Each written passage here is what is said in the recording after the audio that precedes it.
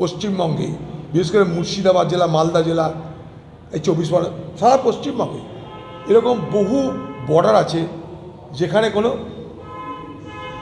তারবন্দি নেই, মানে ফেন্সিং নেই, কাঁটাতারের বেড়া নেই, অবাধে যাতায়াত সেখানে সম্ভব। যেখানে অবাধ যাতায়াত সম্ভব সেখানে গরু পাচার সম্ভব।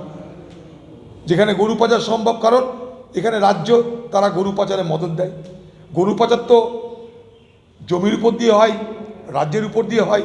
সেই রাজ্যের নাম পশ্চিমবঙ্গ, যেখান দিয়ে গরু পাচার করতে কোনো বাধা দেওয়া হয় না, তাই গরু পাচার হচ্ছে। আর ওপারে বাংলাদেশের সরকার, তাদের যে সীমান্তরক্ষীরা আছে, তারা গরু পাচারে কোনোদিনই বাধা দেয়নি, কারণ বাংলাদেশের সরকার এই গরু পাচার থেকে রাজস্ব আদায় করে।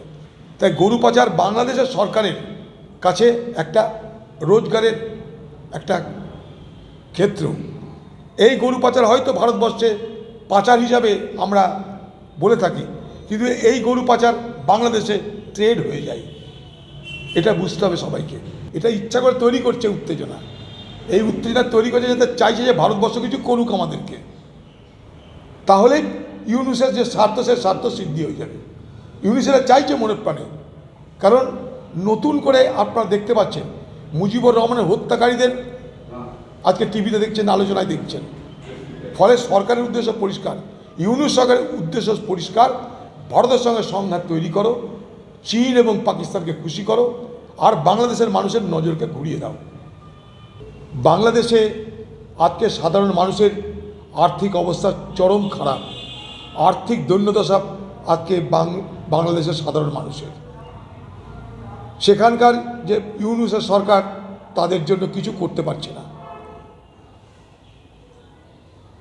ইউনুসের ভরসা সাম্প্রদায়িক শক্তি, আর পাকিস্তান আর চীনের ভরসা ইউনুস।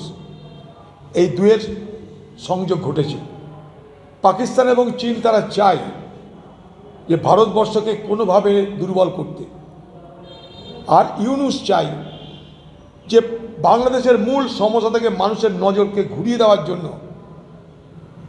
একটা জিগির তুলতে, ভারত বিরোধী জিগির তুলে ইউনুসের নেতৃত্বে নতুন বাংলাদেশের দেশাত্মপ্রেম জাগুক, এটা ইউনুস সরকার চাইছে। কারণ প্রথম কথা, সে নির্বাচিত সরকার নয়, সে জানে নির্বাচন হলে সে হারবে, এক। 2 নম্বর কথা, বাংলাদেশের মানুষের আর্থিক অবস্থা অত্যন্ত খারাপ, দেউলিয়া অবস্থা বাংলাদেশের, সেখান থেকে নিজেকে বাঁচাতে হবে।